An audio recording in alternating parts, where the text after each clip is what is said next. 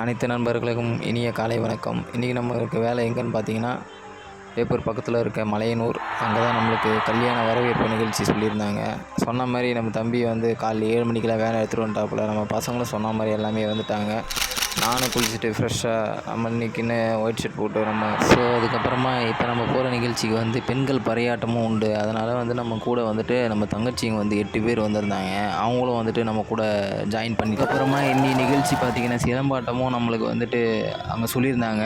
அதனால் நம்ம மாஸ்டரும் நம்ம கூட வந்து ஜாயின் பண்ணிட்டாரு. ஒரு வழியாக இங்கேருந்து நம்ம காலையில் 7 மணிக்கு சொல்லியிருந்தோம். பசங்க எல்லாமே அது மாதிரியே வந்துட்டாங்க.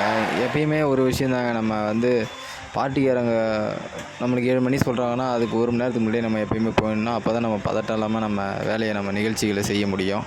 அது மாதிரியே அவங்க சொன்ன மாதிரி ஒரு பக்கம் நம்ம பசங்க வேறு வேலை ராவடி பண்ண ஆரம்பிச்சிட்டாங்க. பின்னாடி சீட்டில் பார்த்தீங்கன்னா நம்ம தினேஷுக்கு வேறு சிரிப்பு ஒன்றும் தாங்க முடியல. ஒருச்சுக்கப்புறம் பார்த்தீங்கன்னா நம்ம தங்கச்சிங்களும் சூப்பராக டான்ஸ் ஆடிட்டு வந்தாங்க வேனில். அதுக்கப்புறம் பார்த்தீங்கன்னா நம்ம போக வேண்டிய ஏரியா வந்துட்டு பக்கம்தாங்க. ஏன்னா அந்த ஏரியாவுக்கு பக்கத்துலேயே மண்டபம் ஒன்று இருக்குது. அந்த மண்டபத்தில் தான் நாங்கள் போய் தங்க சொன்னாங்க. ஒரு வழியாக நாங்கள் அந்த மண்டபத்துக்கு என்ட்ரி ஆகிட்டோம். உள்ளார போகக்குள்ளேயே பார்த்தீங்கன்னா பேனரு லைட் செட்டிங்லாம் பக்காவாக இருந்த மண்டபத்தில். பகலுங்கிறதுனால அந்தளவுக்கு நம்மளுக்கு ஒன்றும் தெரிஞ்சிக்கல. ஒரு வேளை நைட்டில் பார்த்தா நம்மளுக்கு சூப்பராக இருக்கும். போனோடனே நம்மளுக்கு டிஃபனை வந்துட்டு காலையிலே அரேஞ்ச் பண்ணி வச்சுட்டாங்க. நாங்கள் போகக்குள்ளேயே வாங்கி வச்சுட்டாங்க. அதுக்கப்புறம் அங்கே போயிட்டு நம்ம காஸ்டியூம்லாம் மாற்றிட்டு அதுக்கப்புறம் தாங்க டிஃபன் சாப்பிட உட்காந்தோம். மீதி இருக்கிற வீடியோ வந்துட்டு அடுத்த செக்மெண்ட்டில் பார்க்கலாம்.